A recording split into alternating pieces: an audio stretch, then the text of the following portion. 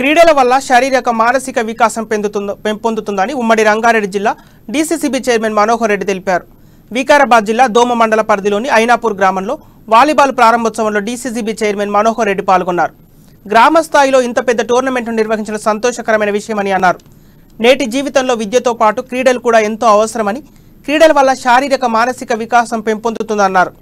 ఈ కార్యక్రమంలో నాయకులు రాఘవేందర్ రెడ్డి, యాదయ్య గౌడ్, జనార్దన్ గౌడ్, సర్పంచ్ మల్లేష్, ఎంపీటీసీ విజయ, ఆంజనేయులు పాల్గొన్నారు.